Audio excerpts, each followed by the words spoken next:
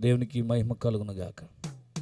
యుద్ధ వీరుడా కదులు ముందుకు పాలుతేనెలా నగరుకు ఓయే వెనుకకు రక్తం మనలకు అపజయం యేసు రక్తమే మన జయం. హల్లెలూయా హోసన్నా హల్లెలూయా హోసన్నా హల్లెలూయా హోసన్నా మన జయము. హల్లెలూయా హోసన్నా హల్లెలూయా హోసన్నా హల్లెలూయా హోసన్నా మన జయం.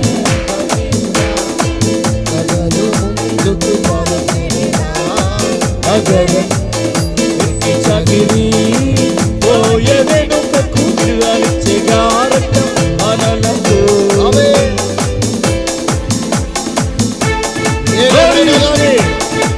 ఎదురేమన్నా గానీ ముందుకే పైరు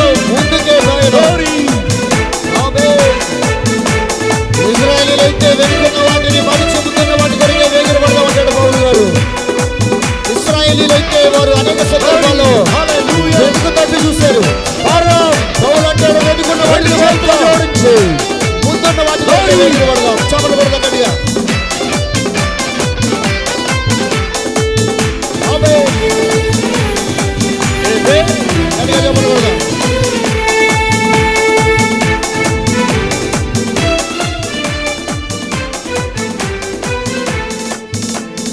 ఏదేమైనా గాని ఎదురేమున్నా గాని ముందుకే పయనము. ఎర్ర సముద్రమైనా ఎరుకు గోడలైనా వెనుకడుగు వేయము.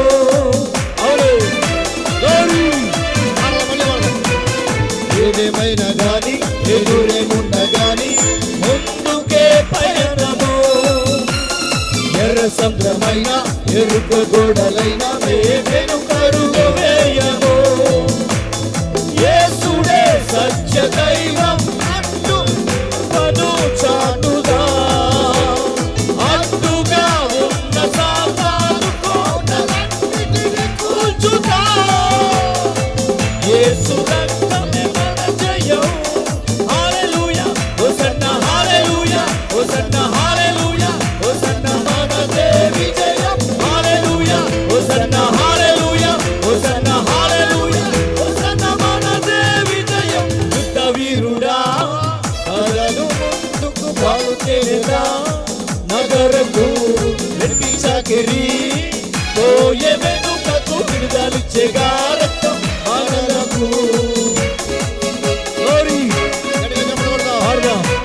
పగలు నాలుగు దేవుడు ఆజ్ఞాపిస్తున్నాను.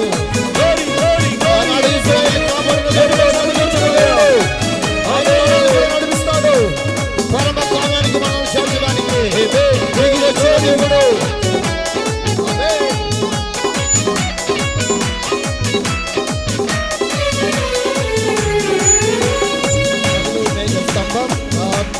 స్తంభమే ప్రభువు తోడుండగా చింతయే లేదు ఏ కొదువలేదు నీ శత్రువే రాదుగా. పగలు మేఘ స్తంభం రాత్రి అగ్ని స్తంభమై ప్రభువు తోడుండగా చింతయే లేదు ఏ కొదువలేదు నీ శత్రువే రాదుగా.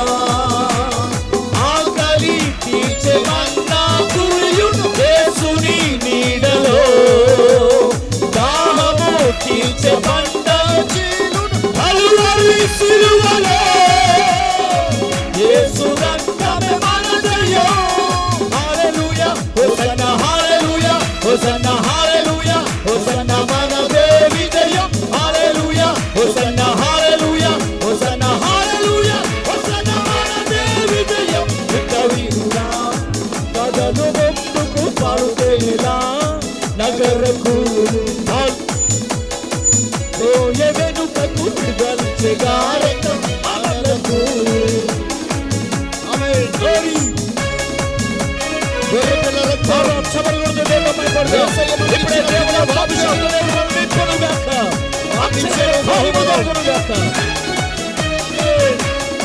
గొర్రెపిల్ల రక్తం యేసు దివ్య వాక్యం యేసువే నాకు ఇచ్చిన బహుమానమని పాడదాం.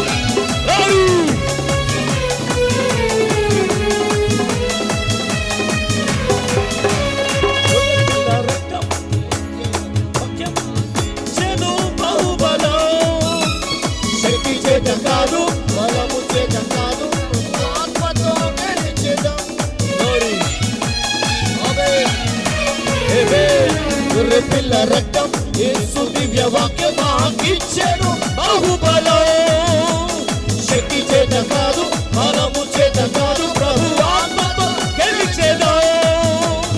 యేసుని గొప్ప వాగ్దానముల నింపెను నింపరో యేసుని యందు విశ్వాసమే విజయపు సూచకం.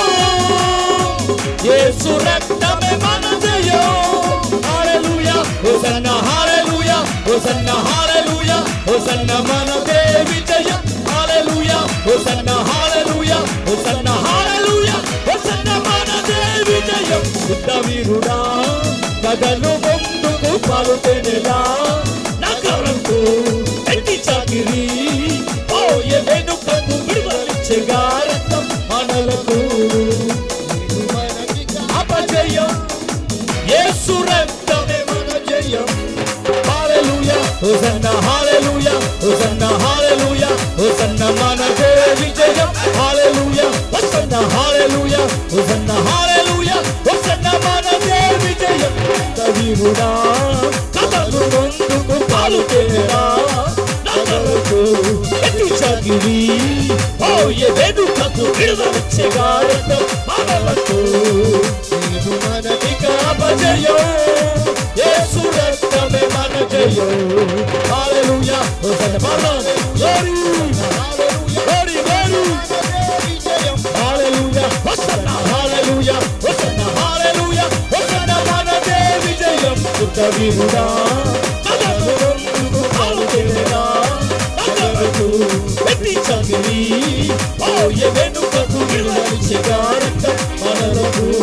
నిజమైన గాని ఎదురేమున్న గాని ముందుకే పయనమో ఎర్ర సముద్రమైన ఎరుక గోడలైన వెనుకరుగు వేయమో. నిజమైన గాని ఎదురేమున్న గాని గోరి గోరి గోరి గోరి సముద్రమైన ఎరుక గోడలైన వెనుకరుగు వేయమో. యేసునే సత్యదైవం అడ్డు సిలువను చాటురా అడ్డుగా ఉన్న సాతాను కోటలన్నిటిని కూల్చురా. యేసు రక్తమే మన జయం. హల్లెలూయా హోసన్నా హల్లెలూయా హోసన్నా హల్లెలూయా హోసన్నా మనదే విజయం. హల్లెలూయా హోసన్నా హల్లెలూయా హోసన్నా హల్లెలూయా హోసన్నా మనదే విజయం. యుద్ధ వీరుడా కదలు ముందుకు పలుకెనెలా నగరకు ఎట్టి చాకిరి పోయే వెనుకకు విడుదలిచ్చెగా రక్తం మనలకు అపజయం. యేసు రక్తమే మన జయం. హోసన్నా హల్లెలూయా హోసన్నా హల్లెలూయా హోసన్నా మనదే విజయం. హల్లెలూయా హోసన్నా హల్లెలూయా హోసన్నా హల్లెలూయా హోసన్నా మనదే విజయం. యుద్ధ వీరుడా కదలు ముందుకు పాలుకెనెలా నగరకు ఎట్టి చాకిరి పోయే వెనుకకు విడుదలిచ్చెగా రక్తం మనలకు. నిజమైన గాని ఎదురేమున్న గాని ముందుకే పయనమో ఎర్ర సముద్రమైన ఎరుక గోడలైన వెనుకరుగు వేయమో. నిజమైన గాని ఎదురేమున్న గాని ముందుకే పయనమో ఎర్ర సముద్రమైన ఎరుక గోడలైన వెనుకరుగు వేయమో. గోరి గోరి గోరి యేసునే సత్యదైవం అడ్డు సిలువను చాటురా సాతాను కోటలన్నిటిని కూల్చురా. యేసు రక్తమే మన జయం. హల్లెలూయా హోసన్నా హల్లెలూయా హోసన్నా హల్లెలూయా హోసన్నా మనదే విజయం. హల్లెలూయా హోసన్నా హల్లెలూయా హోసన్నా హల్లెలూయా హోసన్నా మనదే విజయం.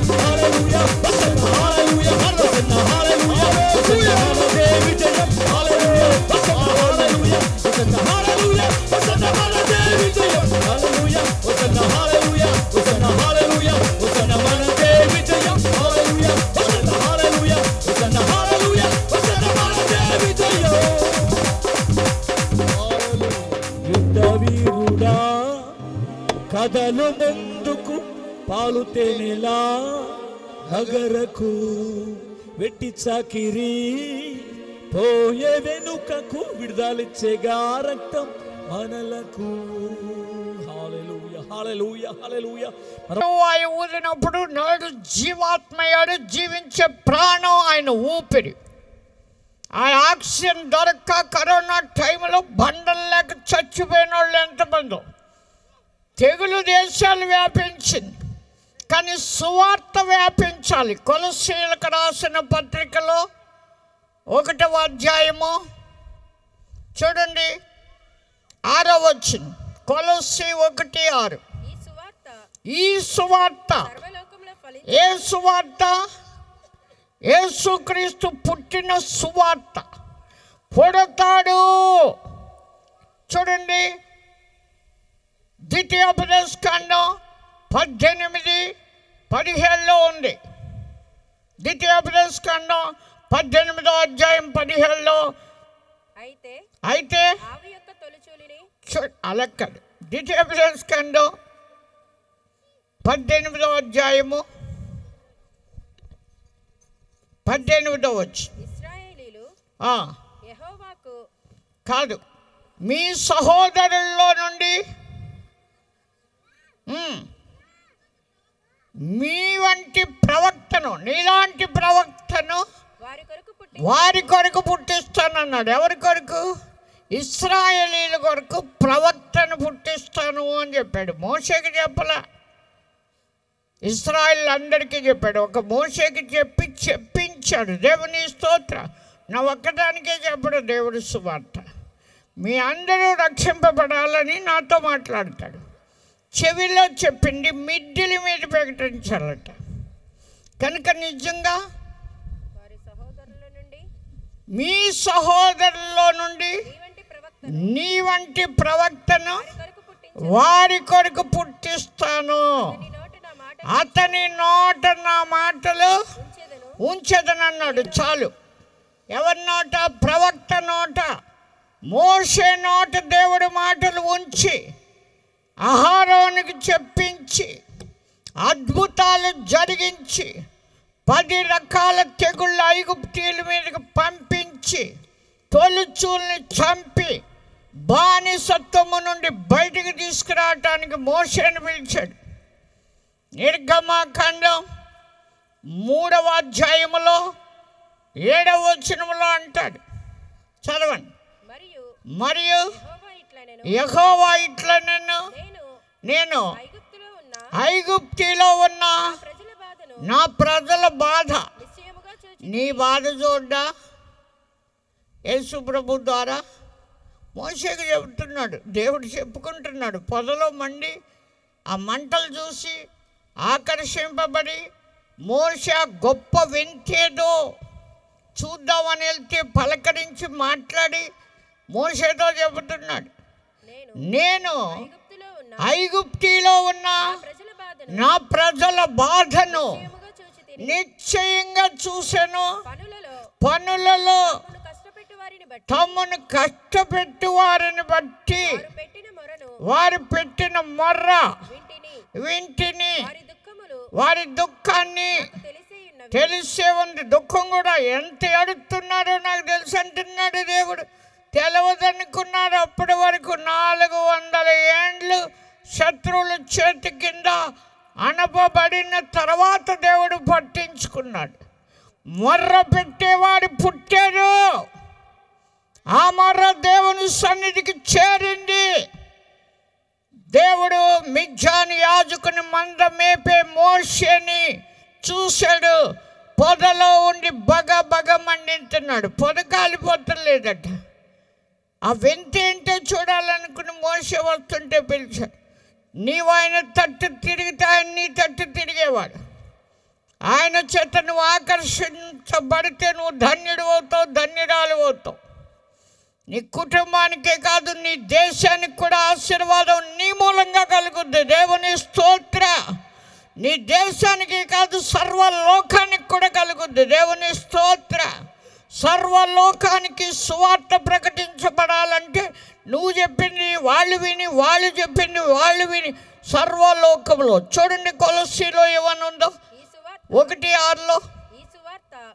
ఈ సువార్త సర్వలోకములో ఫలించుచు వ్యాపించుచు ఉన్నట్టు మీరు దేవుని కృపను గూర్చి వినిన నాటి నుండి, సత్యముగా గ్రహించిన నాటి నుండి మీలో సైతము ఫలించుచు వ్యాపించుచు ఉన్నదట. దేవుని స్తోత్ర.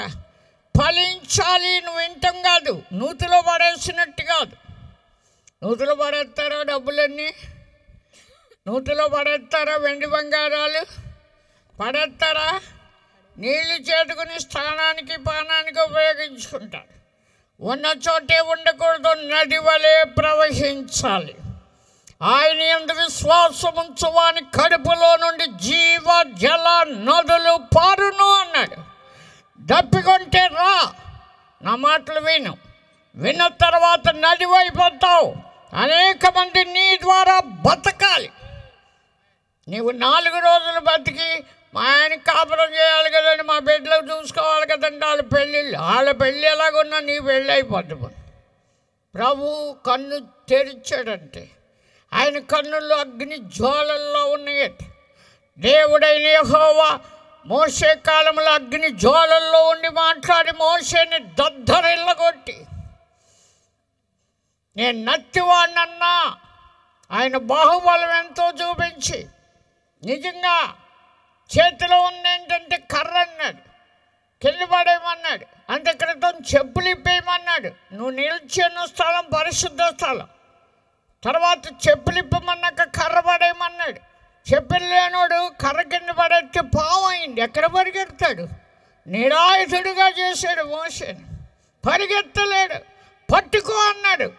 కుయిక్కు వెనకని పట్టుకున్నాడు. కర్ర అయిపోయింది. పాము వల్ల కర్ర అయిపోయింది. ఆశ్చర్యం. అక్కడికి లోపల నువ్వు అన్నంతో పంప ఇలాంటి మాటలు మాట్లాడితే నీ చేయడంలో ఉంచుకో, అది నీ స్వబుద్ధి. ఇలా తీయగానే తెల్లటి కుష్ఠరోగంతో ఉందట. మిరియాము కుష్ఠరోగం వచ్చింది, 7 దినాలు ఉందంటున్నారు. కానీ ముందు మోషేకి వచ్చింది. నీ చెయ్యి నీకు పనికి రావాలంటే, నీ కాలు నీకు పనికి రావాలంటే, నీ కన్ను నీకు పనికి రావాలంటే, నువ్వు తినాలంటే, నువ్వు ఉండాలంటే భూమి మీద దేవుని మాట వింటే నువ్వు జీవించు సంవత్సరాలు అధికమవుతాయి. దేవుని స్తోత్ర. దీర్ఘాయువుతో నిన్ను తృప్తిపరుస్తాడు. నీ సంతతి వారిని కూడా ఆశీర్వదిస్తాడు. దేశం యొక్క ఉన్నత స్థలం మీదకు వారిని ఎక్కించే దేవుడు. నువ్వు కన్నులారా నీకు మేలు కలగటం నువ్వు చూస్తావు. నువ్వు ఇతరుల మేలు కోరాలి. దేవుణ్ణి తెలుసుకున్న నీవు, నాకు మేలు చేసిన దేవుడు ఒక ఆయన ఉన్నాడు, ఆయన ఉండటం పరలోకంలో ఉన్నాడు, కానీ ఇక్కడ అద్భుతాలు చేస్తాడని చెప్పాలి. మీరిద్దరూ చెప్పుకుంటుంటే ఇన్నే దేవుడే అద్భుతాలు చేస్తాడు. నువ్వేమి చేయక్కల్లా. కొనుక్కొచ్చేవి అలాగే స్వీట్లు ఎట్టి మార్చక్కల్లా. నీ మాటలు జీవపు ఊట. ఈ నీరు వడిగా పారే నది. ఇది వచ్చు చోట్ల జలచరాలు బ్రతుకుతాయట. నువ్వు తాగిన నీరు నీలో అరించేది కాదు. మళ్ళీ డబ్బుకున్నప్పుడు అయ్యో అని అల్లకో. నీ కన్నీరు ఇంకొకళ్ళకి జీవం అంట. వాళ్ళకు వచ్చిన శ్రమ ఇశ్రాయేలీయులకి వాళ్ళని అవిధేయత స్థితిలో ఉంచబట్టి మనకు రక్షణ వచ్చింది. మాకు కూడా దేవుడు దెబ్బలు కొట్టబట్టి, గుండె చెల్లి పడబట్టి, క్యాన్సర్ రాబట్టి, భయంకరమైన పరిస్థితిలో మంచం పట్టబట్టి ప్రభు యొక్క మహిమను పొందిన మేము ఆయన మహిమ గలవాడని రాత్రింబగళ్ళు కొని ఆడుతున్నాం. దేవుని స్తోత్ర. ఆయన కృపా మహిమకు కీర్తి కలగాలట. మోషేని పిలిచాడు దేవుడు. వారి బాధ చూశాను, వారి దుఃఖం నాకు తెలుసు. వారిని నేను జ్ఞాపకం చేసుకుని రమ్ము, వారి దగ్గరికి నేను పంపుతాను అంటాడు. ఫరో ఎదుట అద్భుతాలు చేసి వాళ్ళని తీసుకొచ్చిన రీతిగా ఈనాడు నీ భర్త ద్వారా వచ్చే కష్టాలు, నీ బిడ్డల ద్వారా వచ్చే కష్టాలు, నీ ఇరుగు పొరుగు, నీ శత్రువులు, ఈ కష్టాలన్నీ ఆయన ఎరుగు. నువ్వు దేవునిలో ఉంటే ఒక్క దారిని నీ మీద వచ్చే వాళ్ళు 7 దారులు వెనక్కి మొలుతారట. దేవుని స్తోత్ర. నీ వాక్యం కొరకు, దేవుని మాట కొరకు నువ్వు జీవించినప్పుడు నీ శత్రువులు కూడా నీకు మిత్రులు అవుతారు. యాకోబు అన్నగారి గురించి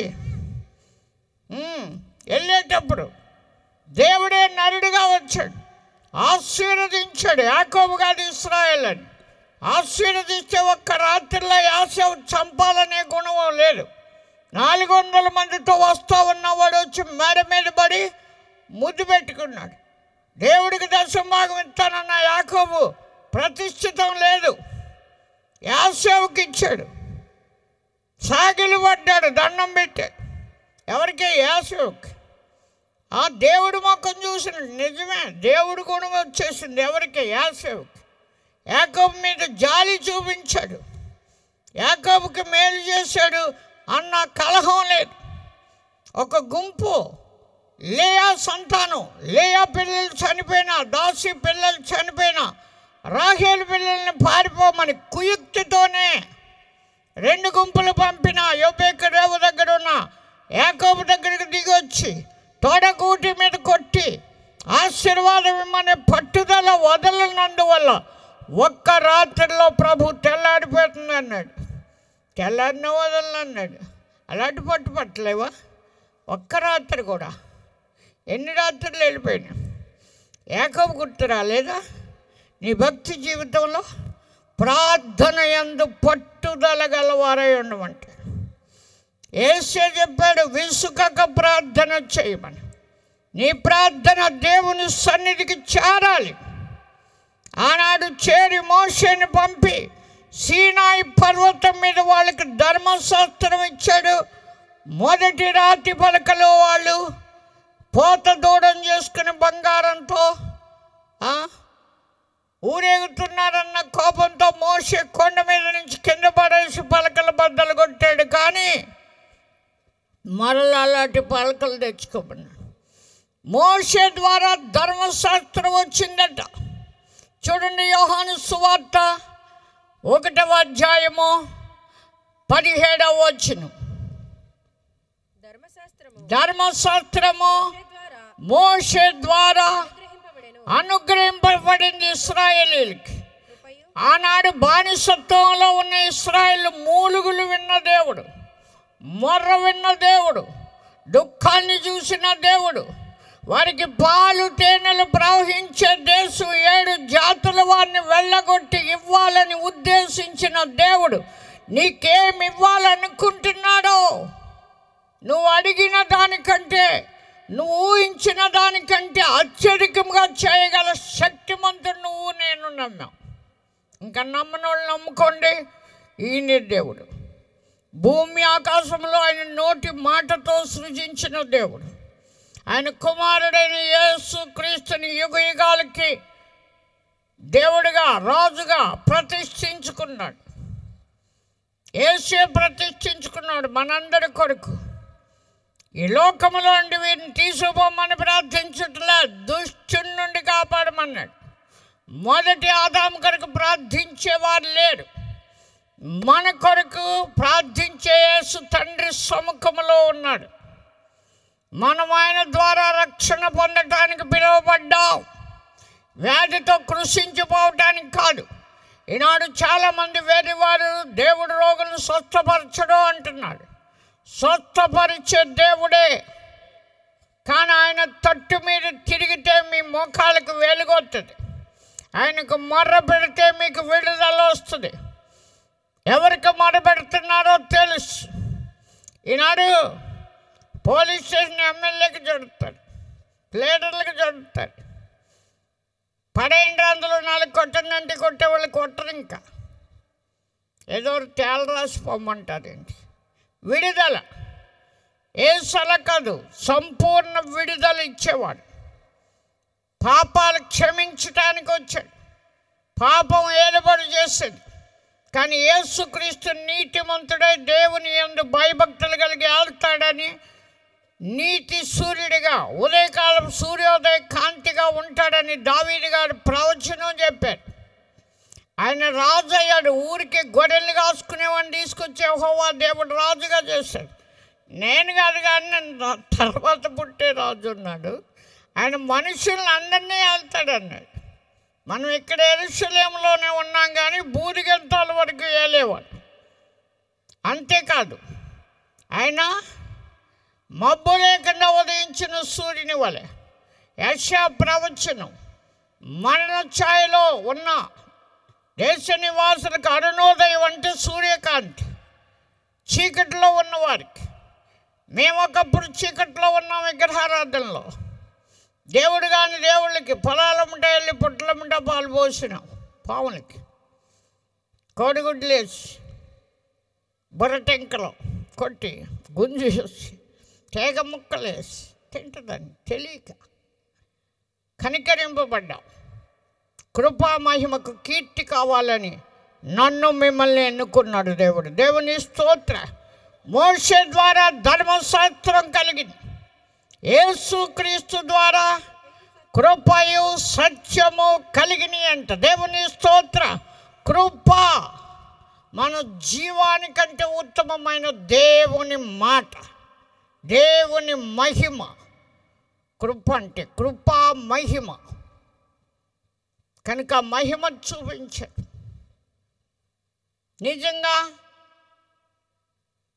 ఆది యందు వాక్యం ఉండని యోహాను గారు చెప్పాడు. వాక్యము దేవుని యొద్ద ఉండెను, వాక్యము దేవుడై ఉండెను అని చెప్పాడు. ఆయన ఆది యందు దేవుని యొద్ద ఉన్నాడంటే యేసు. నేను ఇందాక చెప్పాను, ఏమన్నా తెలుసా? దేవునిలో నుండి వచ్చిన వాక్యే యేసుక్రీస్తు. ఆ వెలుగే ఇప్పుడు కూడా తెల్లగా చక్కగా ఉదయకాంతి వస్తుంది, వేకు వెలుగు. మళ్ళీ దాన్ని ఎవడో రద్దు చేయలేడు. ఏనాడు రాత్రిని పగలగా కానీ పగలని రాత్రిగా కానీ ఏనాడు చేయలేడు. ఆకాశాన్ని భూమిని కానీ కలపలేడు. అంతేకాదు, నదులను కూడా ఆయన ఎడారిలో నదులు పుట్టింటే ఆపలేడు. భూమి అగ్నితో కాలిపోయినా ఆపలేడు. నరులు చేయలేనిది చేయగల శక్తివంతుడు దేవుడైన యెహోవా.